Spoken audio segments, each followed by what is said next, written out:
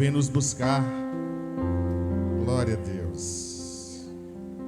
Louvado e exaltado seja o nosso bom Deus. Que bom que você pôde estar conosco nessa noite. Deus o abençoe e que seja profundamente edificado nesse culto de louvor e adoração a Deus. Nós queremos enfatizar uma programação que tivemos na sexta-feira aqui no templo. Nós tivemos uma meia vigília das 19h30 às 23h30. Mas foi muito bom. Glória a Deus, né? Foi realmente algo muito prazeroso. E nós tivemos a oportunidade de clamarmos, intercedermos ao Senhor. Deus se manifestou através de vários irmãos que foram usados para trazer reflexões, testemunhos, os cânticos. Louvado seja Deus por isso.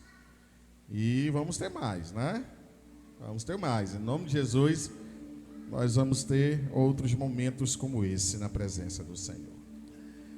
Convido você a abrir a sua Bíblia no Evangelho de Mateus, capítulo 27, versículo 5. São dois textos, Mateus 27, 5 e Atos 1, 18. Você já tenta marcar os dois textos aí.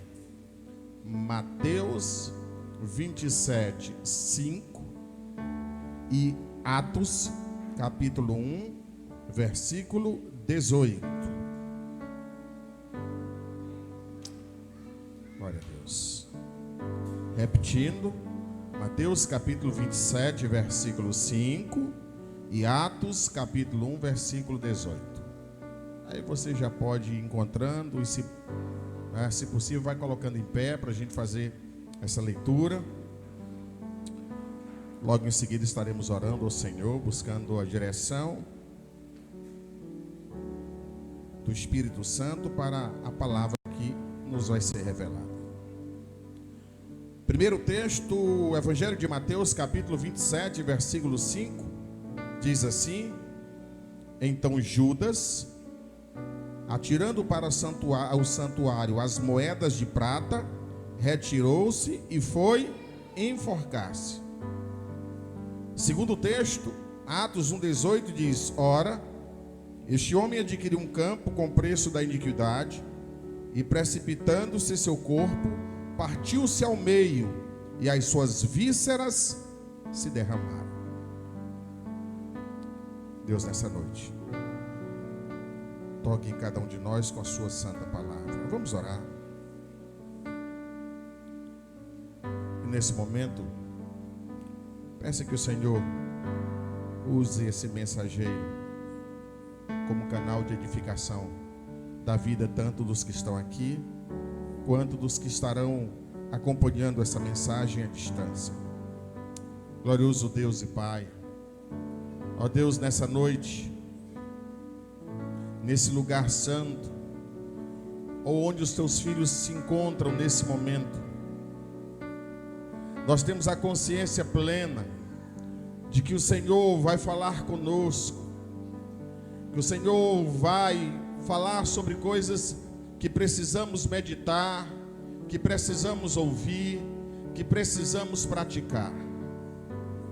Que teu Espírito Santo prepare cada coração, que a nossa atenção, que a nossa concentração esteja, ó Deus, inteiramente voltada a esse momento e ao que o Senhor tem a nos dizer. Toque em cada um de nós com o teu Espírito e com o teu poder. Em nome de Jesus nós oramos. Amém e amém. Podeis sentar.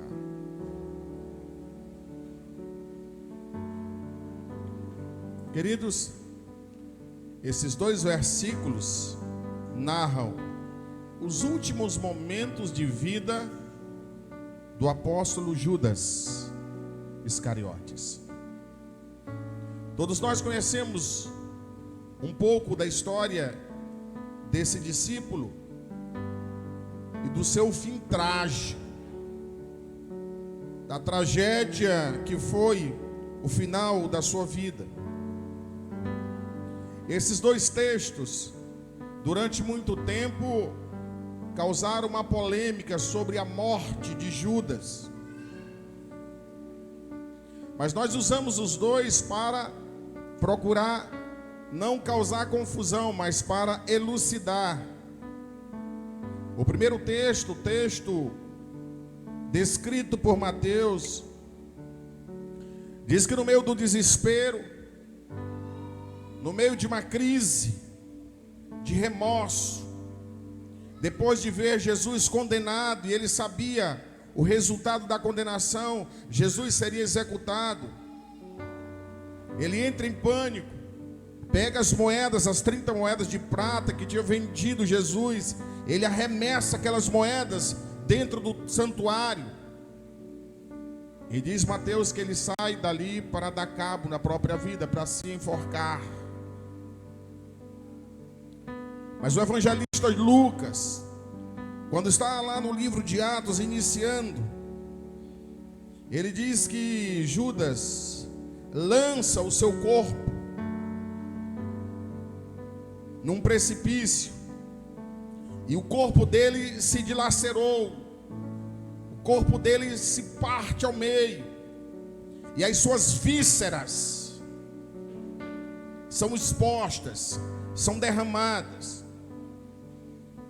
A gente sempre acostumou com a ideia de que Judas morreu enforcado. E agora vem esse outro detalhe. Antes de imaginar que um texto está contradizendo o outro, nós entendemos que esses textos se sobrepõem, eles se completam, eles elucidam o momento final da morte de Judas. Ele sai para tirar a vida, e a intenção dele é o enforcamento. E na análise aqui, provavelmente ele teria colocado essa corda em uma árvore alta, ou em uma árvore que está próximo de um precipício, de um desfiladeiro.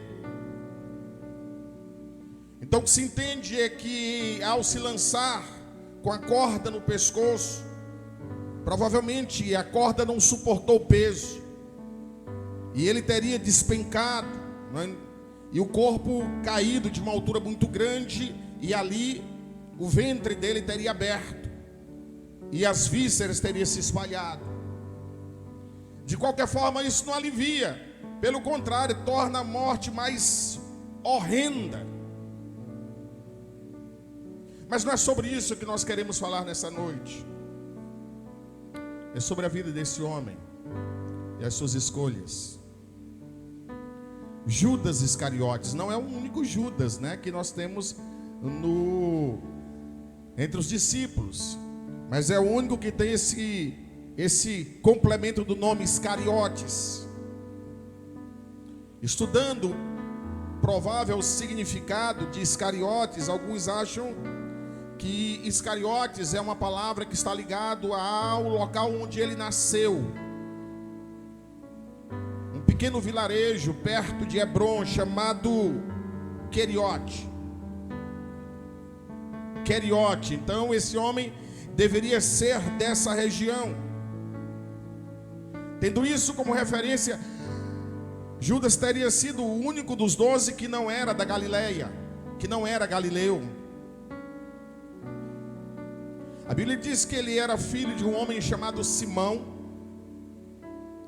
e foi um dos primeiros a se juntar ao ministério apostólico de Cristo. Quando você pega outros livros da época que não estão na Bíblia, e que por isso são chamados de apócrifos, você vai observar que Judas tinha uma formação mais sólida do que os outros. Era provavelmente o mais instruído dos 12 discípulos. E talvez por isso foi escolhido para ser o tesoureiro, o que iria lidar com o planejamento, com as finanças. Jesus andava e ele precisava se manter, aquele grupo precisava ter um local para dormir, aquele grupo precisava de ter alimento, donativos. recebia ofertas, e ele ficou encarregado de administrar isso. Há indicativos de que Judas pertencia à seita dos zelotes. E nós temos um outro Simão que também era zelote. O zelote era um revolucionário, era um grupo de judeus defensores de que eles deveriam se libertar do domínio romano usando a força, usando a espada, de que eles tinham que se rebelar contra César, de que era através do uso da força que os romanos iriam respeitar os judeus.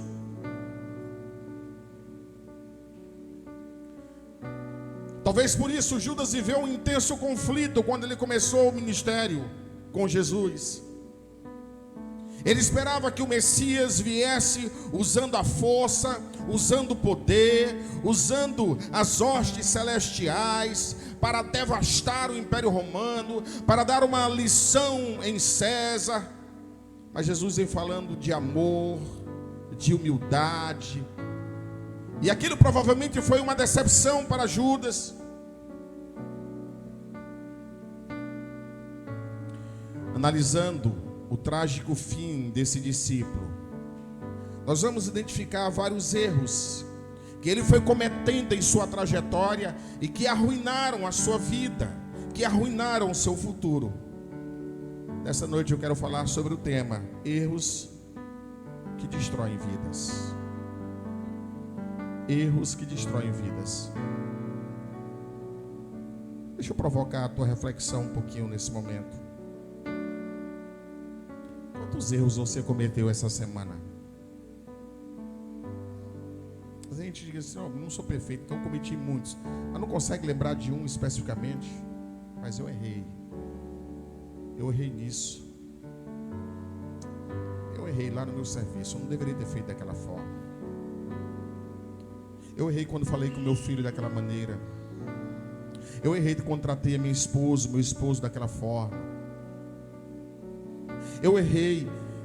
Às vezes a gente consegue dimensionar os erros que cometemos. Quantos pecados? Ah, pastor, aí fica mais grave ainda quando você fala de pecado. Quantos pecados você cometeu essa semana? Às vezes a gente diz assim: são muitos, parece que não faz diferença se foi um, se foi dois, se foi vários. Quais as consequências que isso trouxe para a tua vida?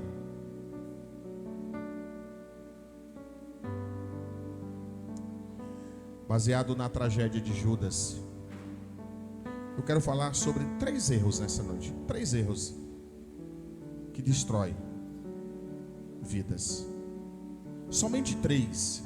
Não que sejam os únicos, mas se nós entendermos esses 3, já teremos dado um avanço muito grande, um passo muito grande para nos libertarmos de algumas coisas que atrapalham nossa vida. O primeiro erro que eu quero destacar, baseado na trágica história de Judas, erro que destrói vidas, é usar a bênção que Deus nos dá de forma errada. Usar a bênção que Deus te dá de forma errada. Você sabe qual é o significado do nome Judas? Abençoado. Que coisa linda. Toda vez que alguém pronunciava o nome de Judas, estava dizendo: abençoado, ei abençoado, ei abençoado. Que coisa tremenda. E de fato Judas foi muito abençoado, queridos. Foi muito abençoado em sua vida. Quando alguém se referia ao nome daquele homem e estava na nossa língua dizendo ei abençoado, não era apenas, sabe, mais um nome, era a realidade. Ele foi escolhido para ser discípulo do Mestre. Que bênção! Quantos almejaram isso em sua geração e não tiveram um seleto grupo de 12? Ele foi escolhido, que bênção! Mas a Bíblia diz que nós também fomos escolhidos, amém? Fomos escolhidos pelo Senhor, fomos eleitos, fomos predestinados. Que bênção, irmãos. Irmãos, entre os discípulos, ele era o mais bem preparado. Quando nós falamos em formação, ele tinha o que outros não tinham. Pedro não tinha a formação erudita de Judas, não teve a oportunidade, talvez pela vida simples, pela luta. Logo quando estava na adolescência, teve que acompanhar o pai, trabalhar, e não pôde estudar, e não pôde ter uma formação melhor. Ele teve. Então, que bênção! Ele foi abençoado com conhecimento intelectual, com conhecimento acerca do mundo. Irmãos, ele foi abençoado ao ser confiado a ele a responsabilidade de cuidar das finanças. O Senhor confiou em Judas. Que bênção! Quando Deus confia, quando Deus investe em nós, quando Deus coloca uma responsabilidade nas nossas mãos, Ele está dizendo: ei, você é capaz, você pode, você tem condições. E nós somos abençoados quando recebemos do Senhor uma responsabilidade. Quando eu estava aqui à frente com o Alexandre e Fernanda, e estava olhando aquela criança, o Senhor está dizendo: vocês são capazes, eu estou confiando em vocês. Se o homem falha, irmãos, não foi Deus que errou. Não foi Deus que errou reconhecendo uma capacidade que ele não tinha. Não foi isso. Se Judas não honrou, se Judas não foi digno, não foi Deus que errou, não foi Cristo que errou na escolha. Mas eu quero dizer para você nessa noite que tão importante quanto ser abençoado é o que você está fazendo com a bênção que recebe. Tem horas que nós oramos, abençoa, e a bênção vem, e glória a Deus por isso, e nós recebemos do Senhor, e louvado seja Deus por isso. Mas tão importante quanto receber a bênção é o que você tem feito com as bênçãos que Deus tem derramado na tua vida.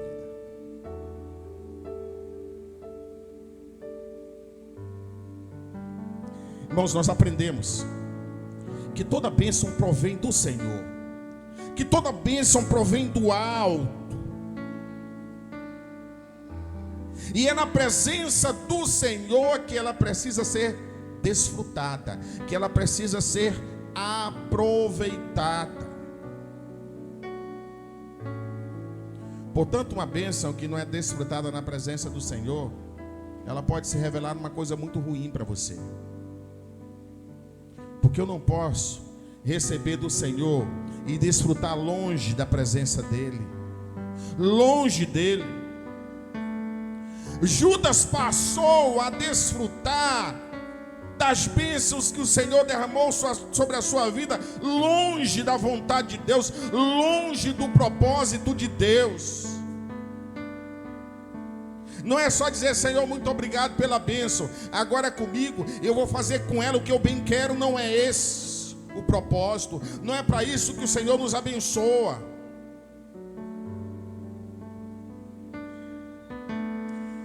João 12,6 diz que ele, Judas, tomava conta da bolsa, das finanças, e roubava do que era depositado nela. O Senhor confiou a ele uma responsabilidade, ele dizendo: você é capaz, você pode, você tem condições para fazer isso. É uma bênção. Mas o texto diz, irmãos, que olha como ele está usufruindo daquela bênção. Ele está roubando, ele está sendo indigno, ele está usando aquela bênção para envergonhar, para dar mau testemunho.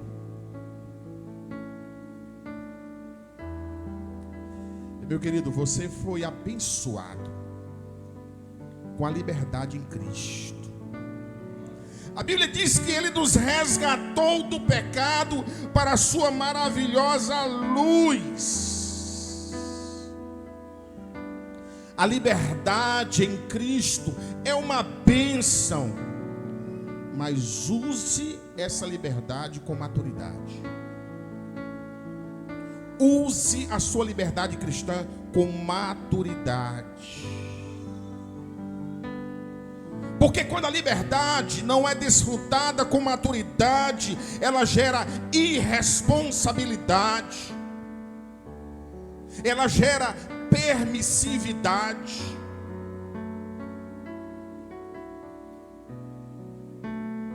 Algumas pessoas falam: eu sou livre, eu sou livre. Irmãos, liberdade não implica em estar isento de prestar contas dos seus atos. A Bíblia diz que todos nós, toda criatura irá prestar contas um dia diante do Senhor.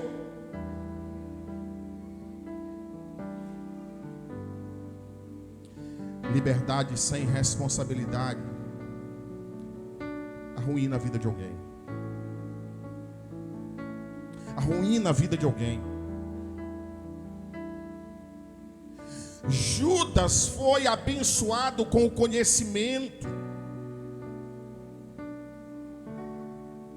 E nós somos abençoados com o conhecimento também. Use o conhecimento com sabedoria. Use o conhecimento com sabedoria. Conhecimento sem sabedoria gera arrogância. Quantas pessoas são arrogantes porque recebeu a bênção do conhecimento pelo Senhor, e agora desenvolve uma empáfia. Perante a opinião dele, todos têm que se curvar. Escuta uma coisa: conhecimento sem responsabilidade pode arruinar uma vida. Estava nas mãos de Judas os recursos, o dinheiro, os bens materiais do grupo. Irmãos, não há nada de errado em receber do Senhor ou em pedir ao Senhor alguma coisa de material, sabe, receber recursos, bens, mas entenda uma coisa: você foi abençoado com recursos, com dinheiro, use com equilíbrio. Use com equilíbrio. Dinheiro na mão de um desequilibrado, irmãos, ao invés de ser bênção, vai gerar escravidão. Ele vai se tornar escravo daquilo. Dinheiro na mão de alguém que é desequilibrado, irmão, vai atrair maldição. A Bíblia diz que o amor ao dinheiro é a raiz de todos os males. Trai coisa ruim. Sabe por quê, irmão? Porque falta equilíbrio.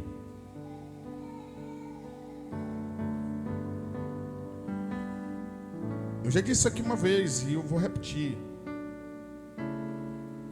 Só existem duas formas de você lidar com o dinheiro na vida: ou você é senhor dele, ou você é escravo.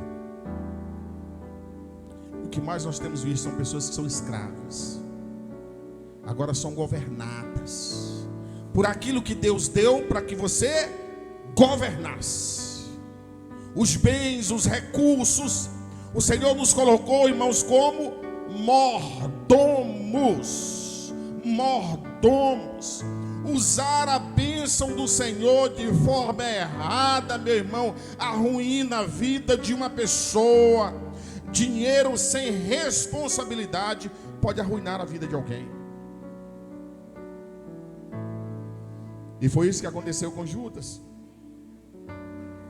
Mas o segundo erro que destrói vidas, que eu gostaria de destacar nessa noite, baseado nessa história, é procurar a felicidade no lugar errado. Procurar a felicidade no lugar errado. Queridos, todo ser humano, toda pessoa, desde o momento em que se entende por gente, é correndo atrás da felicidade. é querendo ser feliz. E não há nada de errado nisso. Ninguém vai desejar o contrário, eu quero ser infeliz. Não, eu quero ser feliz. Judas, com certeza, era mais um ser humano que buscava a felicidade. Mas bateu na porta errada. Mas tentou encontrar a felicidade no lugar errado. Quantas pessoas estão correndo atrás dessa tal felicidade e estão batendo em portas que só vai trazer infelicidade? Eu vou mostrar 3 lugares que é muito comum as pessoas irem buscar a felicidade, que Judas também fez, e que nessa porta você não vai encontrar. É algo totalmente errado. A primeira coisa é buscar a felicidade nos bens. Muitos não assumem, mas as atitudes mostram que está querendo ser feliz nos bens, adquirindo coisas e se apegando a coisas e se apegando a coisas. Quero dizer para você que felicidade não tem a ver com quanto temos, mas com o que estamos fazendo com aquilo que temos. Então não é a quantidade que vai definir se alguém é mais ou menos feliz, mas é o que você faz com aquilo que Deus colocou nas tuas mãos.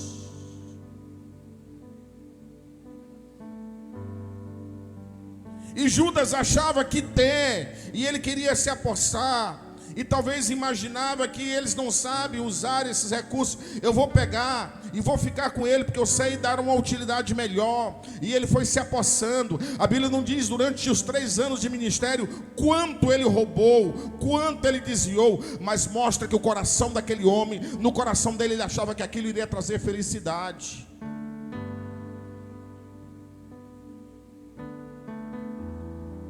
Dos bens que o Senhor te dá, você tem que ser mordomo. Você tem que ser bom administrador. O Senhor confiou nas tuas mãos. Você não pode achar que aquele ali é a fonte da tua felicidade. Mas um segundo lugar onde as pessoas estão constantemente buscando a felicidade é no outro.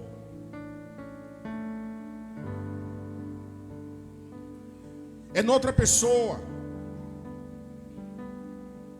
E aí começa a construir expectativas em cima de outros, em cima de um companheiro, de uma companheira, de um namorado, em cima de um amigo, de um familiar. E aí começa a achar que a felicidade está naquela pessoa. Então, através daquela pessoa, eu vou ser feliz.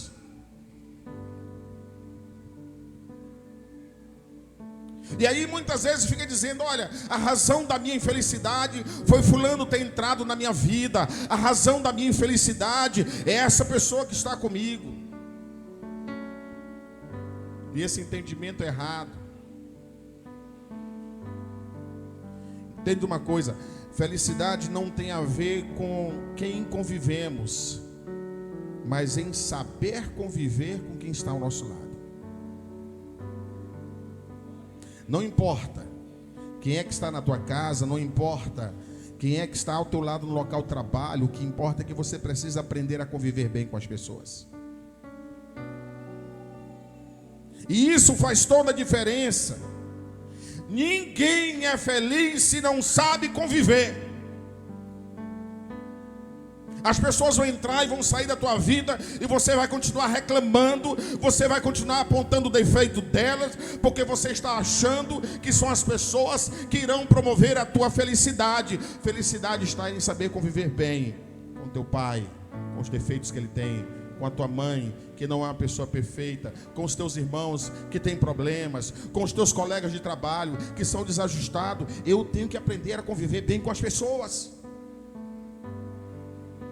Isso vai trazer paz à minha vida. Mas um terceiro lugar onde as pessoas estão buscando a felicidade e estão dando com a porta na cara é buscar a felicidade na religião. Ah, é porque a minha igreja, é porque a minha fé, é porque, sabe, o meu grupo, é porque a minha denominação. E aí começa a achar que aquilo ali é que vai promover a felicidade. Entenda uma coisa: felicidade não tem nada a ver com a religião que você professa, mas com a proximidade que você está de Cristo. Amém? Com a proximidade que você está de Cristo, o quão perto você está dele, ou o quão distante você está dele.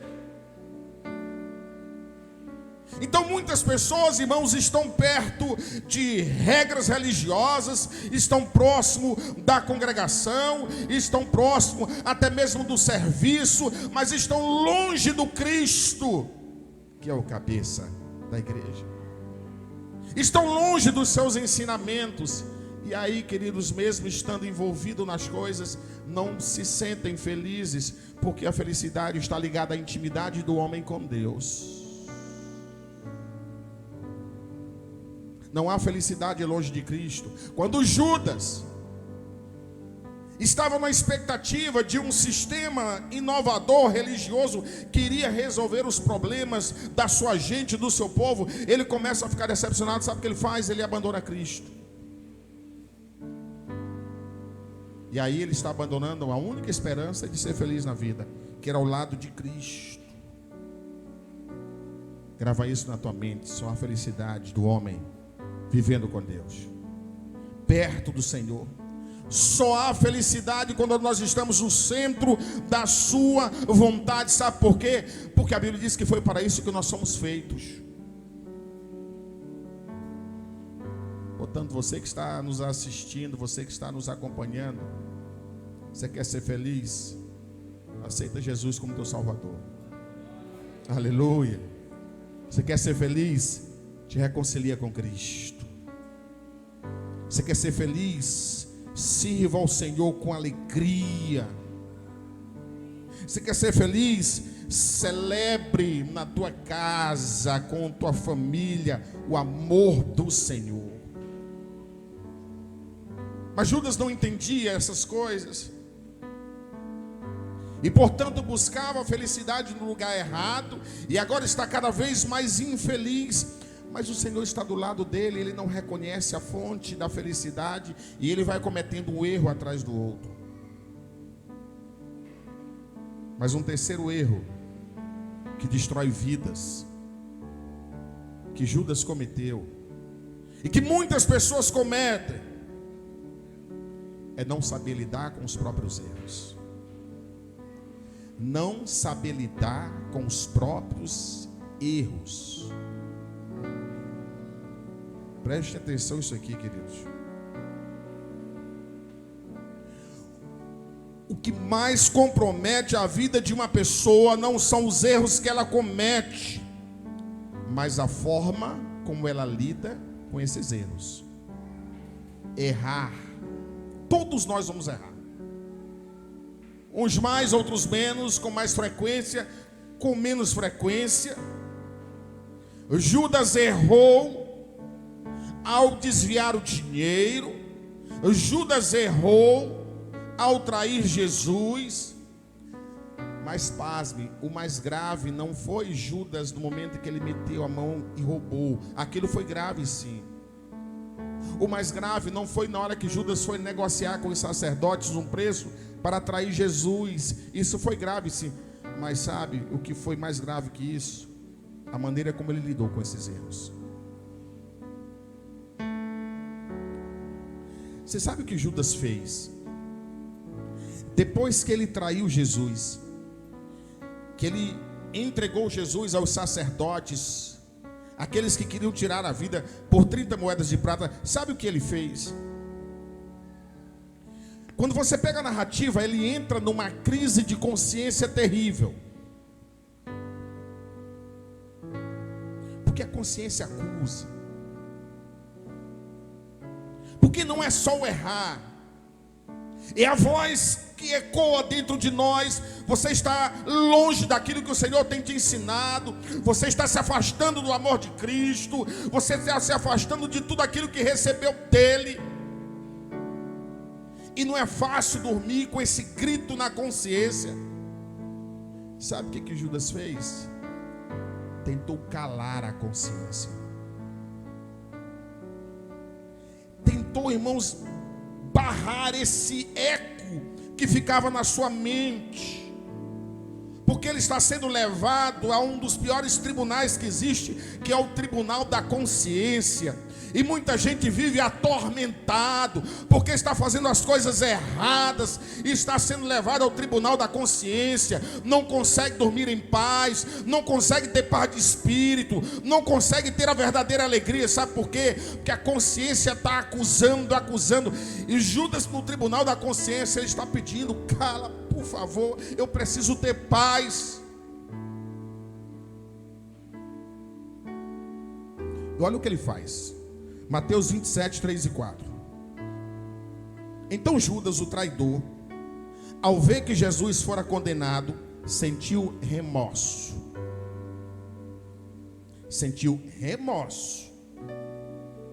E foi devolver as 30 moedas de prata ao chefe dos sacerdotes e anciãos. Ele não suporta o remorso. Ele está atormentado. Aquele dinheiro está queimando na mão dele. Que loucura! O que eu fiz com a minha vida? Aí ele pega, irmãos, aquele dinheiro e vai até os homens com que ele negociou. E o texto diz que ele chega lá dizendo: pequei, entregando a morte e sangue inocente. Ele está chegando: gente, eu fiz uma loucura. O que eu fiz com o Senhor?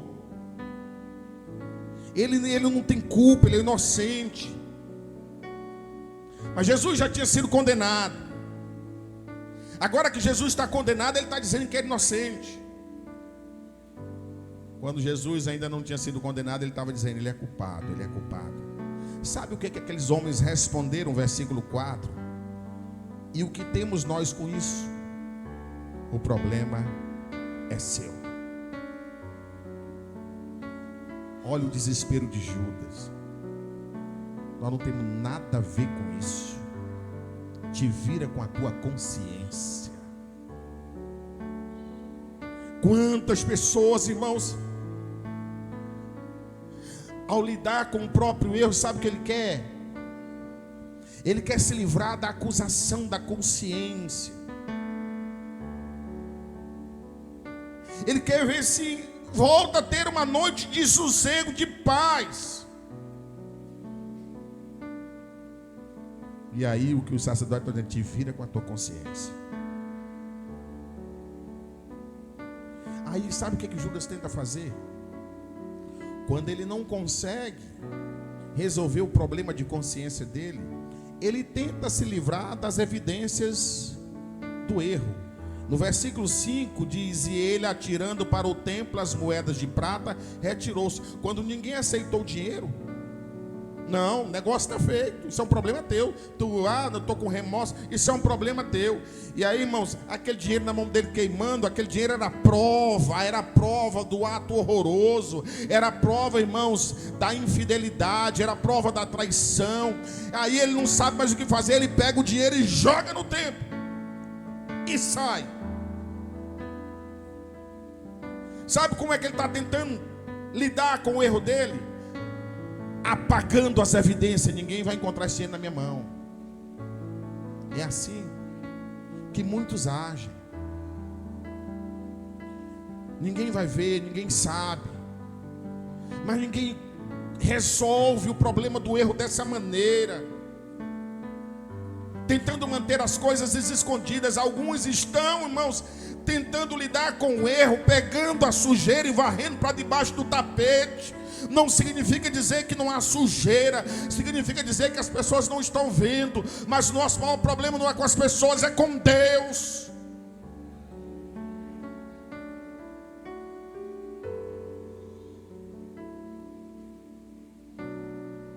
Entenda uma coisa: as pessoas não se diferenciam umas das outras por errar mais ou menos, mas pela forma como se comportam depois do erro.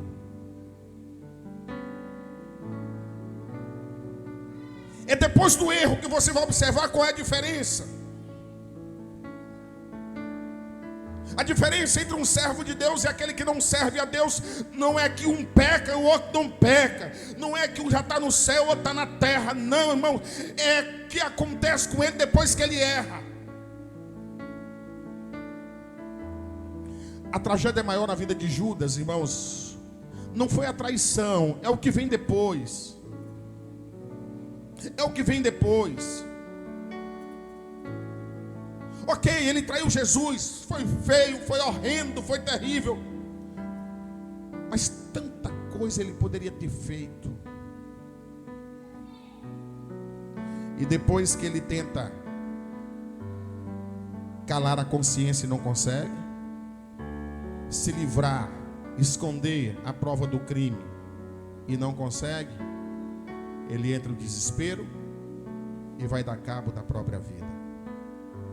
E a Bíblia diz: um abismo chama outro abismo, quando você não lida com o erro da maneira correta.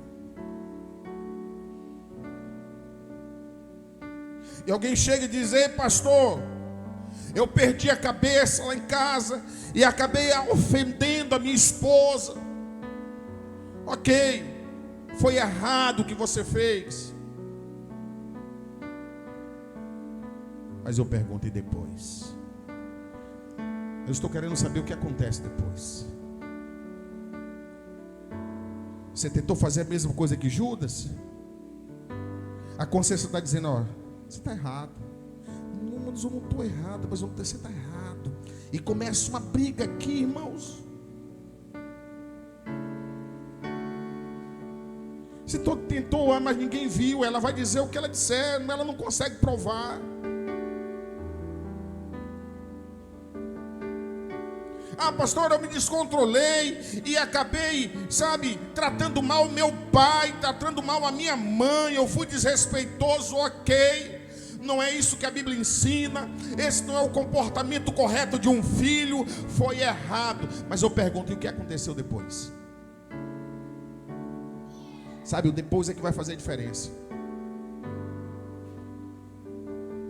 Ah, pastor, eu me chateei com o irmão e eu fiquei chateado, por causa disso eu me afastei do ministério. E aí eu pergunto para você: e depois disso, o que aconteceu? Sabe, irmãos, só existe, não tem fórmula mágica, só existe uma forma de lidar de maneira correta com os próprios erros. Só existe uma fórmula, e a Bíblia mostra isso. Sabe o que é, irmãos? Arrependimento sincero, em primeiro lugar. Arrependimento sincero. E o arrependimento é se debruçar, é olhar, é perceber o erro que eu cometi, foi grave, e eu estou profundamente arrependido. Eu reconheço que essa não era a direção correta, eu reconheço que o que eu fiz foi errado. E o próximo passo é pedir perdão.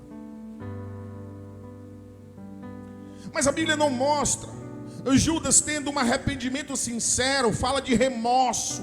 Remorso é um sentimento que tortura, mas é um sentimento paralisante. Ele não te move a nada de bom. Alguém que tem remorso no coração, ele fica se consumindo, ele fica se martirizando, mas ele não se move na direção de construir algo novo, algo de bom. E o algo de bom é: eu errei, me perdoa, eu estou arrependido, me perdoa.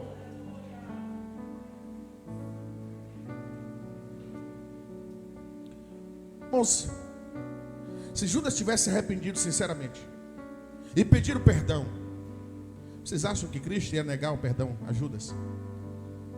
Você acha que o Senhor ia reter o perdão?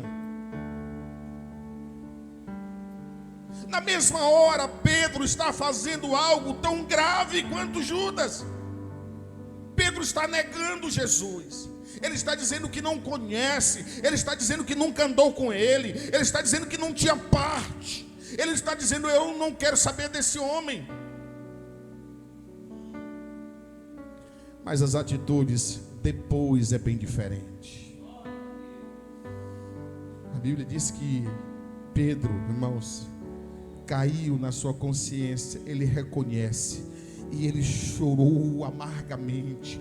E ele chora a consciência da loucura que fez. Ele chora arrependido de todo o mal que praticou. Ele chora, irmãos, completamente desejando ter uma nova oportunidade. Judas não agiu assim. Então é arrependimento, é pedido de perdão, mas é mudança de atitude.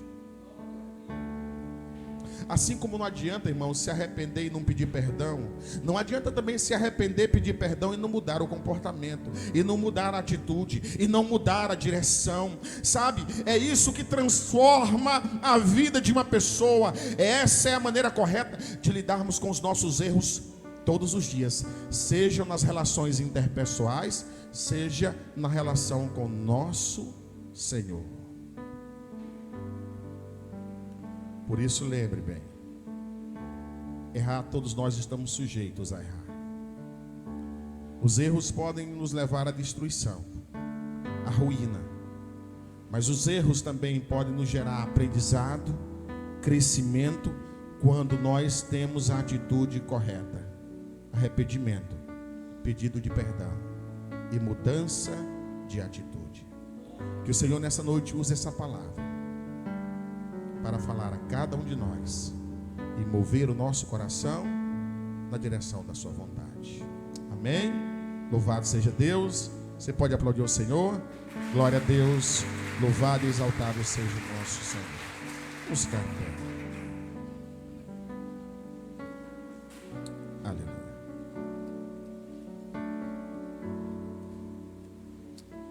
Louvado seja Deus. Tão abençoado foi aquele homem, mas não soube fazer a coisa certa com a bênção que recebeu do Senhor. Nós vamos nesse momento orar. E durante nesse momento, se o Senhor falou o teu coração e te incomodou